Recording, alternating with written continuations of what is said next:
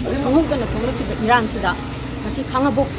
बाजार national highway number 102 की नाकेता तारिबा दुकानसिंग अमदी युमसिंगसिदा अखोगी combine force की टीम अमा लाक्लकांदा खंगौदना थोलकपा इरांगसिदा अमांगता कयाम थोअनबिरमे अदुगा युम कई थुगाइबा दुकान थुगाइबना चिंबा अमांगता मयाम अमा थोअगा नुंग थाबना चिंबा इमुंगदा तुमंबा मी फावबा लाइव एटेम तौबगी सांगदा खुदोंथिबि याना नंहनबिरमबसे प्रजा मयामना याम तीना नुंगाइतबा फोंदोकचरी खांगबोक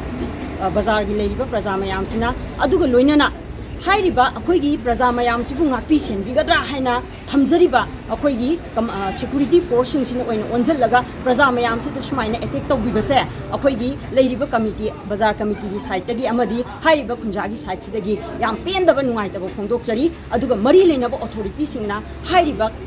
थौदोकसिगा यामना अथुबा मतमदा थिगतपिरगा एक्शन लौखतपिनबा हाइना मतुंदा सिगुंबा थौदोकसे थोहनबिदनबा अमदी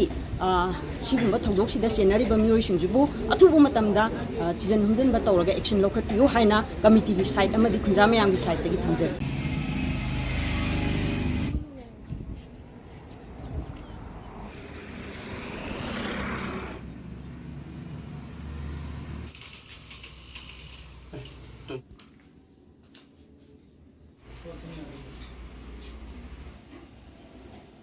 स्टिकर